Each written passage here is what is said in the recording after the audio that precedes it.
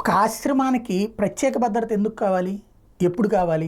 ఆ ఆశ్రమానికి సంబంధించి ఏదన్నా వివాదం అయ్యి ఏదన్నా వర్గం దాన్ని టార్గెట్ చేస్తానని చెప్తేనో, లేదంటే కనుక హెచ్చరికలు జారీ చేస్తేనో, లేదంటే కనుక అక్కడ ఏదన్నా అభద్రతా పరిస్థితులు ఉంటేనో సెక్యూరిటీ ఇవ్వాలి, నో డౌట్ అందులో. కానీ ప్రభుత్వంలో పలుకుబడి ఉంది కదా అని సెక్యూరిటీ తెచ్చిపెట్టేసుకున్నారు స్వరూపానంద స్వామి, ఏదైతే విశాఖ శారదాపీఠ. ఇప్పుడు అది అంటే ప్రభుత్వాలు అంటే రాజకీయపరమైన నిర్ణయాలు తీసుకుంటే రాజకీయపరమైన దెబ్బే నడుస్తుంది. ఇప్పుడు చూస్తే తాజాగా విశాఖ శారదాపీఠంతో పాటు పీఠాధిపతులకు ఉన్న పోలీస్ బందోబస్తును తొలగిస్తూ మంగళవారం ప్రభుత్వం ఆదేశాలు జారీ చేసినట్టు పెందుర్తి సిఐ లొడ్డు రామకృష్ణ చెప్పారు. ఆ మేరకు ఉత్తర్వులను పీఠం ప్రతినిధులకు అందజేశారు. గతంలో వైసీపీ ప్రభుత్వం శారదాపీఠానికి పటిష్ట బందోబస్తు కల్పించింది. పీఠంలో రోజు గార్డు 5 సిబ్బంది బందోబస్తు ఉండేవాళ్ళు. పీఠాధిపతి స్వరూపానందేంద్ర, పీఠం ఉత్తరాధికారి స్వాత్మానందేంద్ర స్వామికి వేర్వేరుగా 4 గన్మెన్లు ఉండేవాళ్ళు.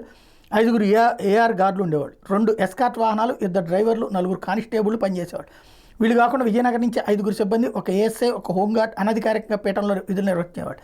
తాజాగా ఉత్తర్వుల నేపథ్యంలో వీళ్ళందరినీ తొలగించారు. పీఠాధిపతి స్వరూపానందేంద్ర సరస్వతి స్వామికి మాత్రం 1+1 విధానంలో 2 కానిస్టేబుల్ను బందోబస్తుగా కొనసాగిస్తూ ఆదేశాలు ఇచ్చారు.